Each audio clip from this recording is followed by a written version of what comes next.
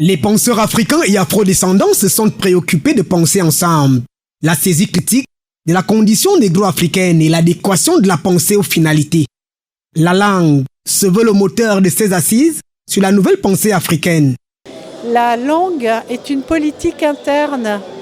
Vous pensez que la langue passe par les corps, autrement dit traverse les sujets, que le continent africain est un très grand continent de polyglossie. Il y a une diversité de langues quelquefois extraordinaire comme au Cameroun.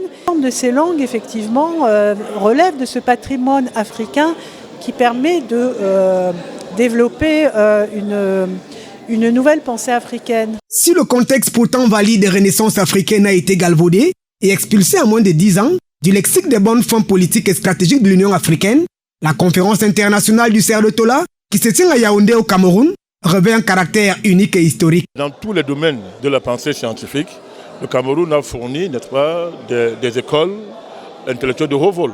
Le Cameroun est la terre des combats historiques, combat contre l'esclavage, combat contre la colonisation, combat pour l'indépendance.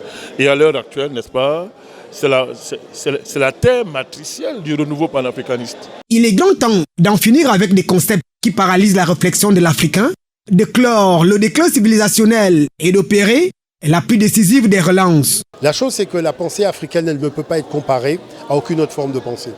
Les matériaux africains ne peuvent pas être comparés à aucune autre forme de matériaux.